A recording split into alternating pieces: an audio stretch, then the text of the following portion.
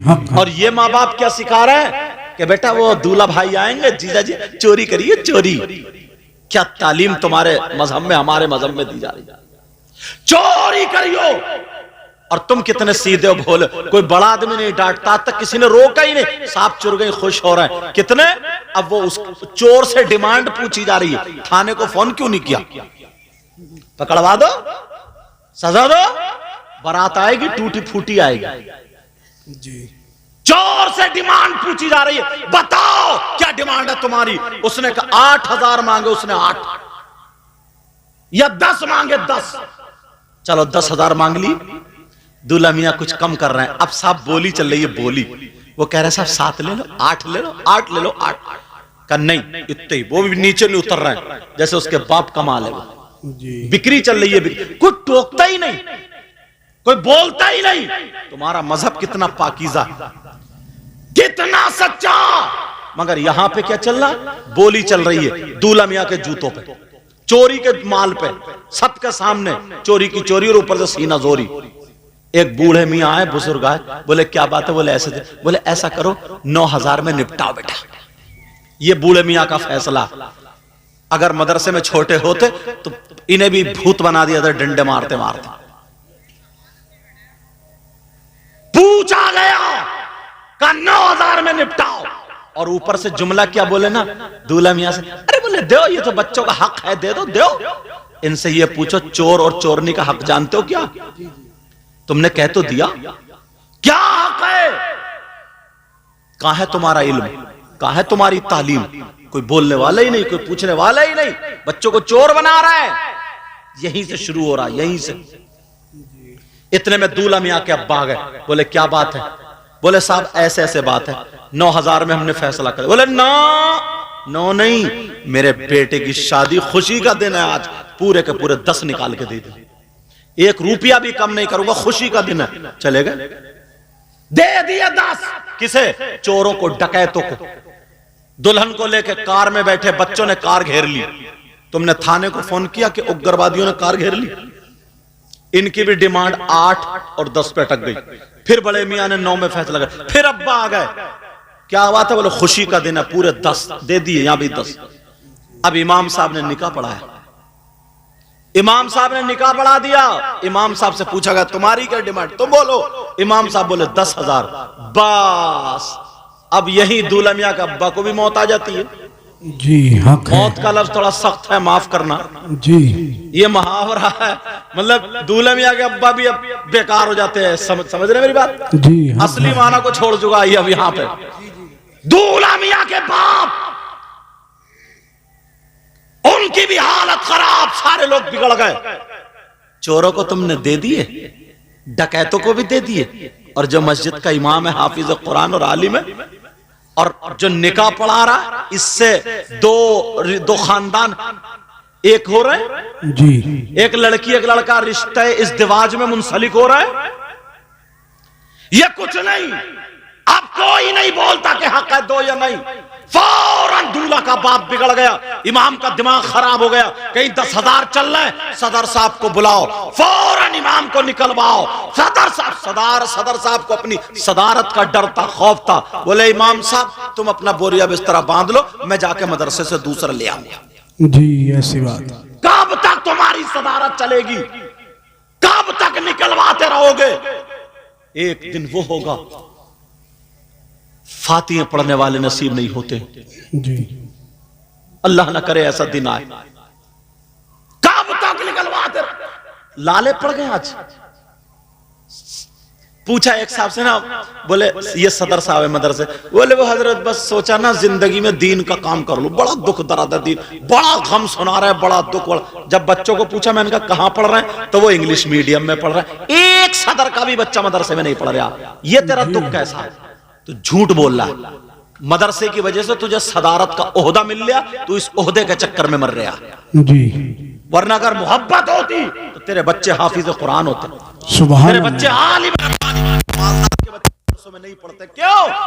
उन्हें मालूम है कि मदरसे में तनख्वाह 12,000 से 15,000 की है, मस्जिद की तनख्वाह 10,000 से 15,000 की है, इसलिए नहीं पढ़ते। अगर इसे घटाते जाओगे तो बेचारे गरीब मिस्कीन ही पढ़ने के लिए रह जाएंगे, मालदारों के बच्चे नहीं पढ़ेंगे जी। ऐसे हालात, जो इमाम है, हाफिज कुरान है, तुम्हारे यहाँ नमाज पढ़ा रहा है, तुमने डकैतों को दे दिए, चोरों को दे दिए, आतिशबाजी वालों को दे दिए, सारे लोगों को, यहां तक के तुमने छक्कों को दे दिए और सारे लोगों को बांट रहे हो, दुपट्टे रखने वालों को दे दिए, सबको दे दिए। इमाम का नंबर आया तो मस्जिद से निकलवा करके छोड़ा जी। जरा सोचो, सोचने की बात है, गौर करो। एक ही शादी में नजरिया देखो अपना। मस्जिद में लगाएंगे, मालूम है मस्जिद कितनी खूबसूरत बना लो, सोने चांदी की मस्जिद बना लो, और तुम्हारी मस्जिद में इमाम अकीदे का नहीं है, बदअकीदा है, इमाम बेकार है। मुफ्ती साहब से पूछो, अगर तुम्हारी नमाज हो जाए उसके पीछे तो मुझे बताओ। जी। नमाज नहीं होगी, चाहे सोने की मस्जिद हो या चांदी की मस्जिद हो या पत्थर लगा हुआ हो। जिम्मेदारी से बोलता हूं, समझ में आ रही है बात? अगर तुम्हारे यहां मिट्टी की मस्जिद है, तुम्हारे एसी नहीं लग रही, छप्पर पड़ा है, और अगर इमाम अकीदे का है, इमाम कुरान सही पढ़ता है, इमाम सही है, तो तुम्हारी नमाज खुशबूदार हो जाएगी। सुभान अल्लाह, सुभान अल्लाह। पूछो, मस्जिदों में इतना रुपया पैसा लगा ले तो, अरे एसीओ पे एसीओ, अच्छी बात है, और हुजरे में जाकर के देखो तो जाला लटक रहा है। इमाम को डाला कौन से हुजरे में? जो चटक रहा है कि गिरे तो पहले यही मरे, उसका पेशाब खाना, उसका बाथरूम, लैट्रिन, सारी चीजें बेकार है। अच्छा, अपने 3 रकात 5 रकात 10 20 रकात जो भी पढ़ने जा रहा हूं तो सोच रहा हूं एसीओ में पढ़ूंगा, मैं सजदे करूंगा तो कालीन पे करूंगा, और जो नमाज पढ़ा रहा, जो सर का ताज है, जो इमाम है, उसको हुजरे का आलम ये है, उसके हुजरे का आलम ये है। ये तुम्हें तवज्जो देने की बात नहीं है क्या? बोलो, क्या तुम्हें तवज्जो देने की बात नहीं है? तवज्जो देने की बात, इस पर गौर करने की बात है। आज इनकी शादी में ये मौका मिला तो मुझे बोल लेने दे जी। ऐसे हालात, ईमानदारी से बताओ, एक शख्स ऐसा जिसने 1 रुपया नहीं कमाया, आज मतलब एक कुछ भी नहीं वो पढ़ा, उसने कोई काम नहीं सीखा, उसने कुछ भी नहीं किया है, अब वो कमाने चला, मजदूरी करने, तो 400 और 500 रुपए की उसकी मजदूरी एक आदमी की, बिल्कुल निठल्ले, अनपढ़, बिल्कुल अनपढ़, कोई काम सीखा उन्हें, उसकी मजदूरी कितनी है? फावड़े कस्सी वाले की 400 या 500 जी। बोलो है कि नहीं? 400 या 500, 500 रुपए अगर है, एक महीने में 15,000 हो रहा है जी। शाम को बीवी बच्चों के साथ, बेटा शाम को फिर बीवी बच्चों के साथ सोता है, वो आराम से रहता है, 15,000, और अगर कारीगर है तो 35,000 महीने के, 40,000 महीने के कमा रहा।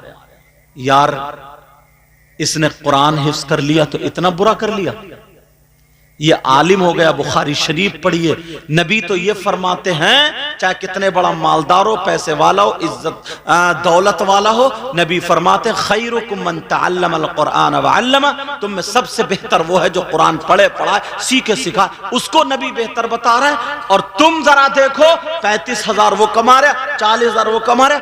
हाँ, उसने हिफ्ज कर लिया, मौलवियत पढ़ ली, कारी हो गए, आलिम हो गए, तो इतना बड़ा गुनाह कर लिया। ये अपने बीवी बच्चों को छोड़ के 8-8 दिन नमाज पढ़ा रहा है, तो तुम 10,000 में रखना चाह रहे हो? 10,000 में? और माफ करना, मुफ्ती साहब बैठे, बोल रहा हूं, बाज इमाम के पीछे ना नमाज दोहरानी पड़ती है जी। उसकी वजह बताऊं?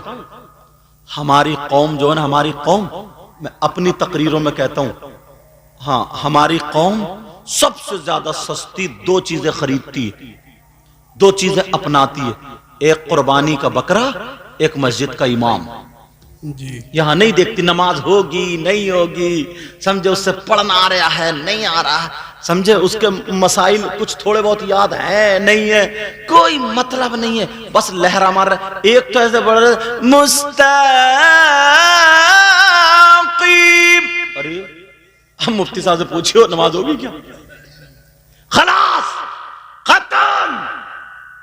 और तुम झूम रहे हो यार, बड़ी प्यारी आवाज है, बड़ी प्यारी।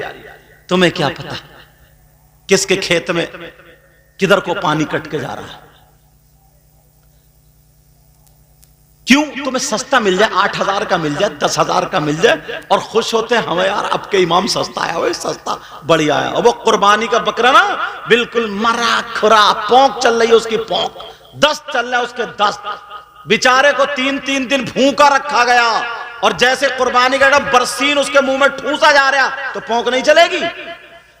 बच्चे गले में रस्सी डाल के मोहल्ले में घुमाए फिर रहे हैं, बोलो कुर्बानी होगी, आगे को खींच रहा है, वो पीछे को गिर रहा, टांगे लड़खड़ा रही हैं जैसे इसकी बीपी हाई हो गई हो। चेकअप कराया जाता, कोई कल अच्छी नहीं निकलेगी इसकी। ये लाएगा कुर्बानी साहब, कितने का? बोले 4,500 की बकरी लाया हूं साहब, अब के कुर्बानी होगी। बकरी लाया मरी खुरी, कुर्बानी तो हो जाएगी अगर कुर्बानगाह तक जा रही है तो। लेकिन मैं जहां बोल रहा हूं वो समझो आप, बिल्कुल मरी कुरी सस्त। और कपड़े लेगा, अगर बास ससुराल से जोड़ा अच्छा ना मिले या कुछ ना मिले या कहीं रिश्तेदारी में ना मिले तो रसगुल्ले ना मिले, खाली नमकीन बिस्किट से चाय पिला दी, तुर्श हो जाता है। मत पूछो ऐसे हालात। तुम्हारे इलाके के जो भी आलिम हो, अगर मस्जिद में इमाम रखना तो उनको लेके जाओ, उस इमाम साहब को, और उनके पास लेके जाओ, हजरत हम अपनी मस्जिद में इनको इमाम बनाना चाह रहे हैं, आप इनको चेक कर लीजिए, जो पूछना पूछ लीजिए, देख लीजिए ये हमारी मस्जिद के लायक, हम नमाज इनके पीछे पढ़े, मस्जिद के लायक हैं कि नहीं है। तुम इतना काम नहीं कर सकते हो? जी। अपना घर बनवाते हो तो इंजीनियर से जाके मशवरा लेते हो कि साहब जीना कहां रखूं मैं?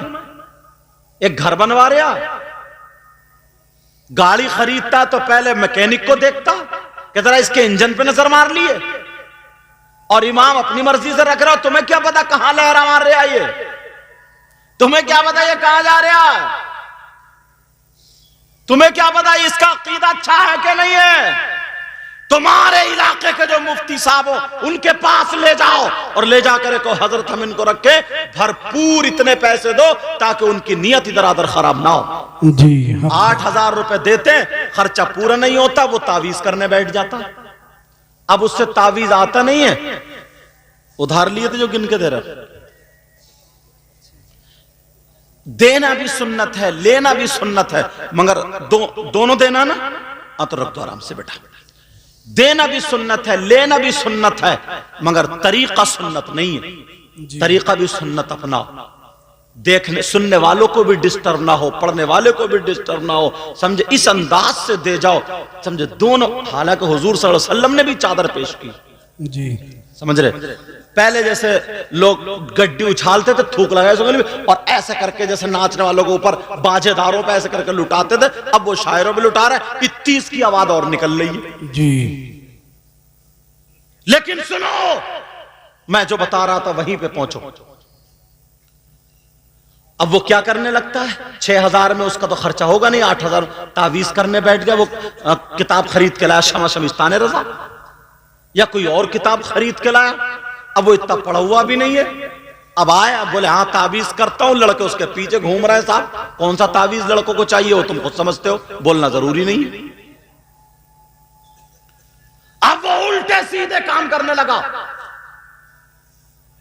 इसलिए अपने आलिम के यहां इमाम को लेके जाया करो और ये कहो हजरत हम सिर्फ पैसे इतने दे सकते हैं, हम इतने कर सकते हैं, या हमें ये बताइए हजरत हम ज्यादा से ज्यादा कितने कर सकते हैं, हमें मस्जिद के लिए एक इमाम चाहिए, अब आप जाने आपको कैसा देना है। जी। अगर उसका अकीदा गलत होगा मुफ्ती साहब भेजेंगे तो ये भुगते, तुम नहीं भुगतो। समझ रहे मेरी बात? हाँ, अगर पता चल गया तुम्हें इसका अकीदा खराब है फिर भी तुमने छोड़ दिया, तब तुम भुगतोगे, तब तहकीक करना और मुफ्ती साहब के पास लेके जाना। समझ रहे मेरी बात? लेकिन हमारा मजहब इतना सच्चा, इतना पाकीज़ा, इतना अच्छा।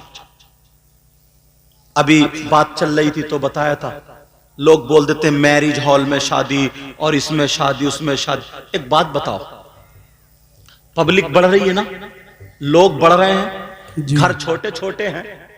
अब अगर उसे प्रोग्राम करना है, उसने मैरिज हॉल अगर कर लिया, उसका घर में इतनी जगह नहीं है जो मेहमानों को बिठा सके, मेहमानों को खिला सके, पिला सके, उसने मैरिज हॉल कर लिया तो कोई गुनाह नहीं है, कर लो। जी। समझ रहे? मैरिज हॉल कर लिया, कोई बात नहीं। मगर सुनो, उसी में जो खुराफात है वो बताना चाह रहा हूं। मैंने कई जगह देखा मैरिज हॉल सज गए। गांव में तो परेशानी नहीं, किसी भी खेत में पिंडाल लगा के कर सकते हो, गांव में कोई परेशानी नहीं है, आसानी से हो जाएगा।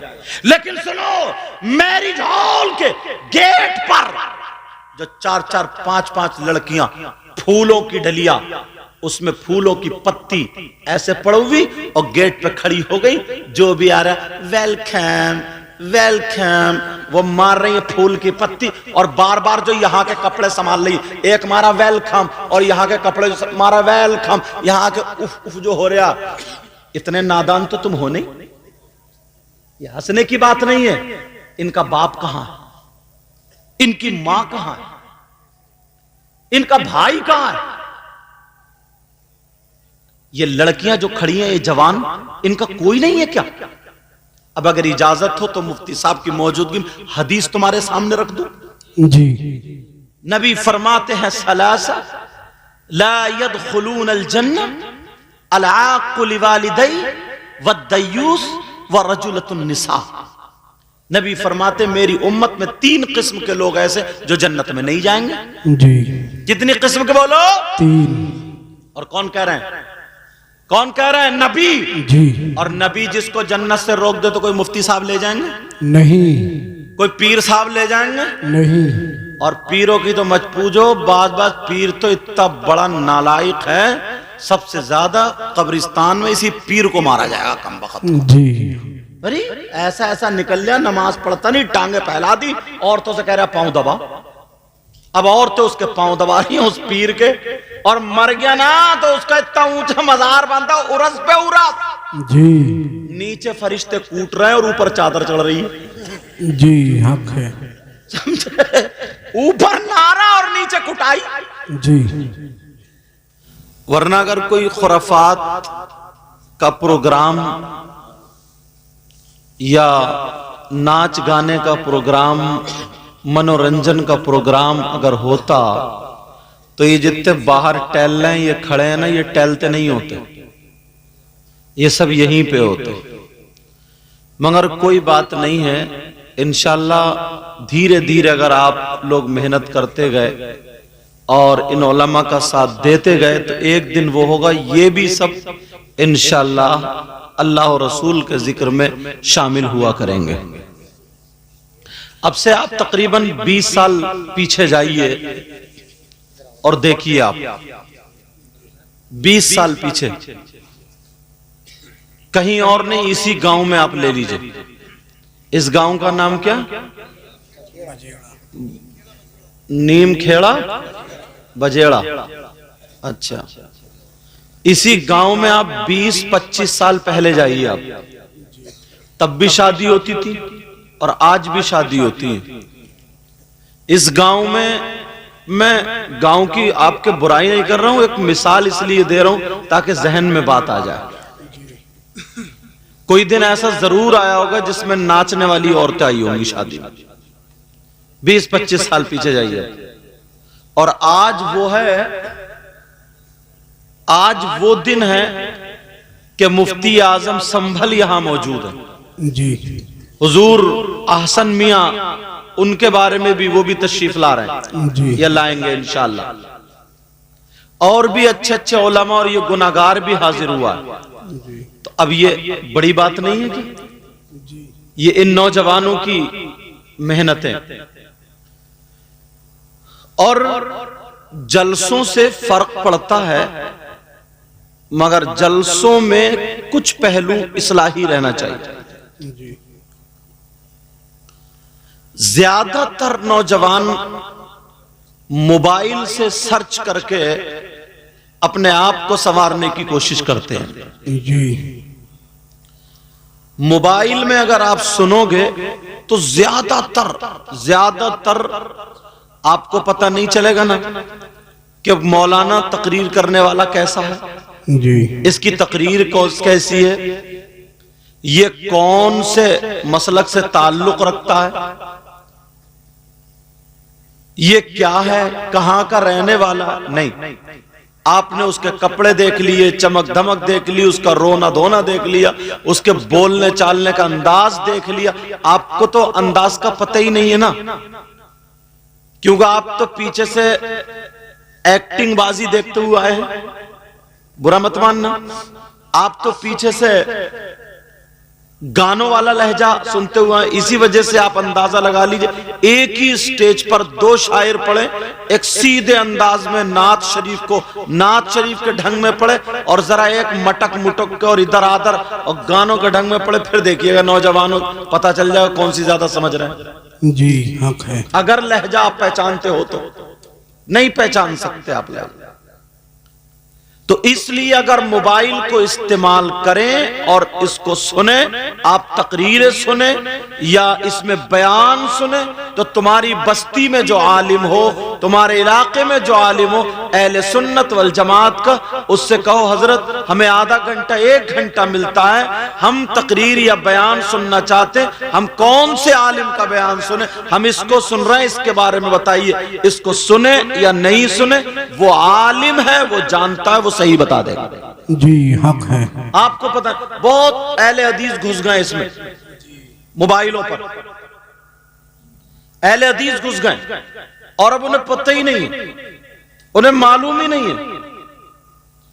अभी मैं देख रहा था गाड़ी में, कई दिन हो गए, ज्यादा मोबाइल जब चलाया, यूट्यूब खोला तो आया, मतलब फिल्में बनाने वाले जो कॉमेडी करते हैं, हंसी मजाक की बात है, उसका नाम पूछा तो उसका नाम कादर खान, अब पता नहीं सही नाम क्या होगा उसका, अल्लाह जाने। वो बयान कर रहा है लैपटॉप खोल करके, वो शिर्क के बारे में बता रहा है अल्लाह के अलावा कोई भी हो, चाहे रसूलुल्लाह से, अल्लाह वालों से मांगना और उनको मानना, ये सब शिर्क है। ये ऐसे कह रहा हूं। अब बताइए, जाहिल आदमी जिसे पता नहीं, अब वो ये चीज, और तुम्हारी समझ में बात आ जाएंगी।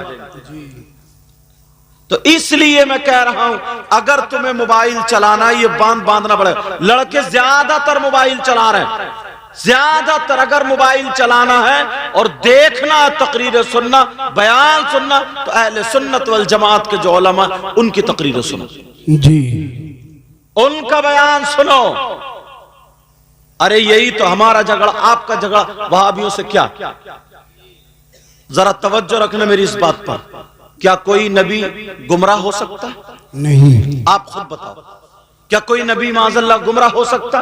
नहीं। और अगर आपके सामने नबी को कोई गुमराह कहे, तो आप उसे अपना दोस्त बनाओगे?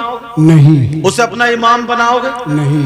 वो चाहे कितनी बड़ी टोपी वाला हो या कुछ भी हो, मुफ्ती आजम बैठे, अगर मैं गलत बोलूं तो मुझे पकड़ लेंगे। जी। अब कुरान शरीफ की आयत तुम इमाम के पीछे पढ़ते हो, सुनते हो, बिस्मिल्लाहिर्रहमानिर्रहीम, ववजदक ज़ाल्लन फहदा। सुभान अल्लाह। सुनते हो ना इमाम के पीछे? अब तुम्हारे अगर तर्जमा किसी का भी उठा के ले आओगे, अब वहाबियों का तर्जमा उठा करके लाओगे, तो उसमें यही मिलेगा, अल्लाह फरमाता ऐ महबूब हमने आपको गुमराह पाया तो हिदायत दी। पूछो हजरत से, क्या नबी गुमराह थे? अब तुम कहो हमने कुरान में देखा। लोग बहस करते फिर इमामों से, हमने मोबाइल में सुना। जी ऐसी बात। तवज्जो ना, अल्लाह फरमाता है, उन लोगों का तर्जमा ये, तुम असली झगड़ा पहचानो। लोग समझते हैं ना कि कोई अगर खड़े होकर सलाम ना पढ़े तो ये वहाबी है, कोई हरी झंडी ना लगाए ये वहाबी है, समझ रहे? मतलब कोई फातिहा ना पढ़े ये वहाबी है। उसको अगर जल्दी थी ना और वो चला गया ऐसे ही, चाहे वो कितने अच्छा सुन्नी हो, मगर लोग गुमान कर, ये खाली झगड़ा नहीं, असली झगड़ा क्या वो देखो। घरों में कुरान शरीफ अगर उनका तर्जमा रखोगे, इसलिए उलमा ने कहा अगर तर्जमे वाला कुरान शरीफ पढ़ना, उर्दू पढ़ो तो कंजुल ईमान रखो। जी। क्या रखो बोलो? कंजुल ईमान। कंजुल ईमान। तो ऐसे ही ये अगर तकरीर सुनना तो अहले सुन्नत वल जमात की। हमारे कई लड़के सुन्नी ऐसे हैं वो जर्जीस की तकरीर खूब सुन रहे हैं, बस लहजे पे चल रहे हैं साहब, खूब सुन रहे हैं जर्जीस की तकरीर। अब उन लोगों ने तर्जमा किया, अल्लाह फरमाता ऐ महबूब हमने तुम्हें गुमराह पाया तो हिदायत दी। बोलो क्या नबी गुमराह हो सकते? नहीं। और अगर किसी का ये अकीदा हो, ये ईमान हो, इसको माने एक्सेप्ट करे, वो मुसलमान हो सकता है क्या? नहीं। बताओ। अब वो दाढ़ी रखा के टोपी ओढ़ के नमाज पढ़ाने आ जाए तुम्हारे यहाँ, तुम्हारी नमाज होगी? नहीं कुछ लोग होगी। कह देते अरे यार ये तो खाली मूली, भाई कुरान भी एक है, कलमा भी एक है, हदीसें भी एक। ये मौलवी लोगों ने अपने लिए झगड़ा बना लिया, अपने लिए बना। अच्छा ये अपने लिए बना, तुम्हारे ईमान की हिफाजत की जा रही है जी। आज। इसीलिए दुनिया आला हजरत के मुखालिफ। बताऊं क्यों?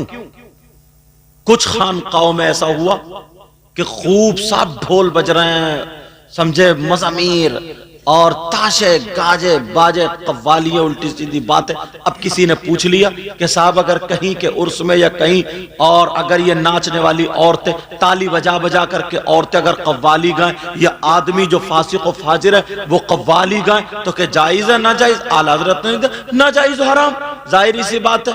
अब कोई उन पीर को नहीं कहता, उन्हें नहीं कहता, डायरेक्ट ये कहता आला हज़रत ने उनके खिलाफ फतवा दिया। उनके खिलाफ नहीं दिया, बल्कि जो शरीयत के खिलाफ है आला हजरत ने उनके खिलाफ फतवा दिया। सुभान अल्लाह, सुभान अल्लाह। उनके खिलाफ फतवा दिया। हजरत अगर तकरीर कर दे कि चोर की ये सजा है, शराबी की ये सजा, तुम्हारे गांव में कोई शराबी है तो क्या साहब मुफ्ती साहब उसके खिलाफ तकरीर करके गए? अरे उसे पकड़ के कहो तू शरीयत के खिलाफ आई क्यों? तू शरीयत के खिलाफ क्यों? एक जगह नहीं, कई जगह ऐसी बात है। बोलो क्या नबी गुनाहगार हो सकते हैं? नहीं। माज़ल्लाह बोलो, नबी गुनाहगार हो सकते हैं? नहीं। अब वहाबियों का तर्जमा उठाओ, 26वां सिपारा पढ़ो, इन्ना फतहना लका फतहम मुबीना। यहां से देखो, लियगफिर लकल्लाहु मा तक़द्दम मिन ज़म्बिक व मा तअख़्ख़र। तर्जमा उठा करके देखो, उन्होंने यही तर्जमा किया। अल्लाह फरमाता क्या हमने आपको फतेह मुबीन अता फरमाई, लियगफिर लकल्लाहु मा तक़द्दम मिन ज़म्बिक व मा तअख़्ख़र। ऐ महबूब हमने आपके अगले पिछले गुनाह माफ कर दिए। इसका मतलब क्या नबी गुनाहगार थे? तुम सीधे साधे भोले भाले, तुम्हें पता ही नहीं। तुम्हारे घर में अगर तर्जमा होता यही तो तुम पढ़ते, तुम्हारी बेटियां भी पढ़ती, तुम्हारे बेटे भी पढ़ते, तुम्हारे बच्चे पढ़ते, तुम्हारी बीवी पढ़ती, और कुरान पर तुम ये अपना अकीदा बना लेते, किसी और किताब को नहीं मानते। ये कहते कुरान में ये आया है, अल्लाह ने फरमाया हमने अपने नबी के महबूब के अगले पिछले गुनाह माफ कर दिए। अब नबी को अगर कोई गुनाहगार माने, वो अकीदा रखे कि नबी गुनाहगार है, बताओ क्या वो मुसलमान हो सकता है? नहीं हो सकता। उसका ईमान हो सकता है? वहाबियों का तर्जमा यही है, मैं कहीं और नहीं, जो मुफ्ती आजम संभल, जो इनके शागिर्द फतवे लिखते हैं, ये वो हैं उस्ताजुल मुफ्तीयीन है, बड़े बड़े मदरसों में पढ़ा रहे हैं इनके शागिर्द। गलत बोलूंगा तो मुझे पकड़ लेंगे ताकि मेरी भी इस्लाह हो जाए, लेकिन बात हक बोलूंगा, सच्ची बोल। असली झगड़े का तो तुम्हें पता ही नहीं है, असली झगड़े का तुम्हें पता नहीं है, मामले का। अरे यार नबी को गुनाहगार, कुरान शरीफ देखो ना उन वहाबियों का, और वही आला हजरत ने तर्जमा किया, आए हाय ईमान बचा लिया। सुभान अल्लाह। आला हजरत बोले ऐ महबूब आपके सबब आपके अगलों के आपके पिछलों के गुनाह माफ फरमा दी। सुभान अल्लाह, सुभान अल्लाह। अल्लाह फरमाता ऐ महबूब हमने आपको अपनी मोहब्बत में खुद रफ्ता पाया तो हिदायत दी, तो आगे बढ़ा दिया। क्या प्यारा तर्जमा, ये भी तर्जमा है। अल्लाह समद। एक चीज तो ये तो कुरान शरीफ की बात कर, और इन लोगों ने हदीसों में इतना डाका डाला अपने अपने मतलब की। अगर अच्छा आलिम ना हो तो पकड़ नहीं पाएगा हजरत जी, अपनी अपने मतलब की जोड़ दी और वो निकाल दिए। जी। मगर कुरान में तो ये नहीं कर सकते ना, व इन्ना लहू लहाफिजून। जी कुरान में क्या कर सकते हैं? नहीं। अल्लाह ने उसकी हिफाजत का जिम्मा ले लिया। कुरान शरीफ में गड़बड़ी नहीं कर सकते। कितनी मर्तबा कुरान को कंप्यूटर मशीनों पे और दिमाग वालों यहूदियों जैसे चेक किया, पढ़ पढ़ के चेक किया, कोई एक हर्फ गलत हो जाए, एक लफ्ज गलत हो जाए, उसको गलत साबित करते करते खुद इतने करीब हुए, ईमान ले आए, मगर कुरान को गलत साबित नहीं करे। जी हक है। नहीं साबित। तुम्हारा मजहब तो इतना सच्चा, इतना प्यारा, इतना अच्छा मजहब है, किसी का मजहब है ही नहीं यार। तुम्हारे यहां शादी, अल्लाह समझ, नबी फरमाते निकाह मेरी सुन्नत है। क्या फरमाते? निकाह और निकाह और ये खुशियां, ये सारी चीज, इन तमाम मजमूए का नाम तो शादी है जी। इसी चीज का नाम शादी है। अब ईमानदारी से बताओ, तुम्हारा मजहब इतना पाकीज़ा, इतना सच्चा, इतना अच्छा, यहां तक के सुनो बेटा, पांव से बेटा थोड़ा सुनो, सुनने की बात है। अगर कोई यहां पे या अपने घर में या कहीं पे किसी अल्लाह के वली का या किसी भी मोमिन का जिस्म वहां पे दफन नहीं है और वो वहां पे मजार बना ले, अब मजार तो हम लोगों में ही होते हैं, और मजार बना करके चादर चढ़ाए, उर्स करे, कुरान खानी कराए, सलाम पढ़े, मगर हमारा मजहब तो इतना सच्चा ना, यहां भी रियायत नहीं करता जी। मजहब इस्लाम ये कहता है अगर वहां पे किसी मोमिन का जसद पाक नहीं है, किसी अल्लाह के वली का जिस्म नहीं है, तो वो मजार नहीं। समझ रहे मेरी बात? और उसे मजार समझ के उस पे कुरान खानी करना जायज नहीं जी। उसे मजार समझ के फूल चढ़ाना जायज नहीं, उसे मजार समझ के सलाम करना जायज नहीं, उसे मजार समझ के वहां हाजिरी देना जायज नहीं। जी इतना पाकीज़ा मजहब है यार। पूछिए मुफ्ती आजम से, कितना शानदार मजहब है। और हमारे यहां शादी होती है, अब इसमें देखिए कितनी रस्में हिंदुओं वाली मिलाए पड़े, कितनी रस्में मुसलमानों जाहिलों वाली मिलाए पड़े। जी।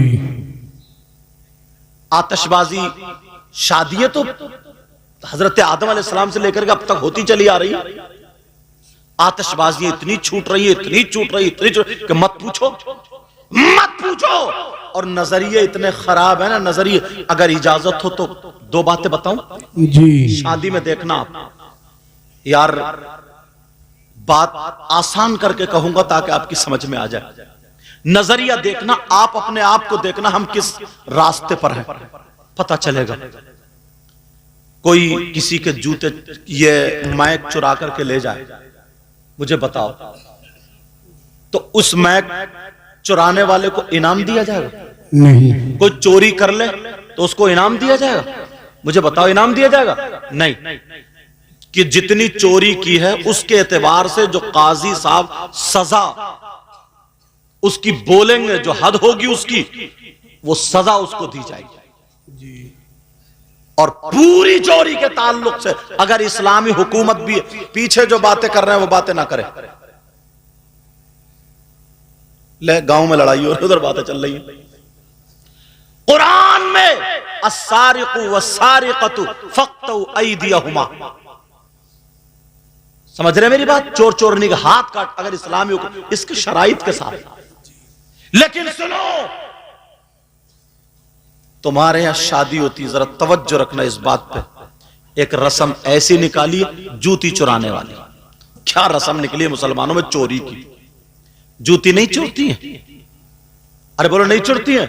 कितने लोगों की शादी हुई है जूती चोरी साहब, और कितने खुश हो रहे हैं, हाँ जूती चोरी। और ये भी मालूम है चोर कौन है, चोरनी कौन सी। छोटा बच्चा है, बच्चे को साला साली बोलते, छोटे से।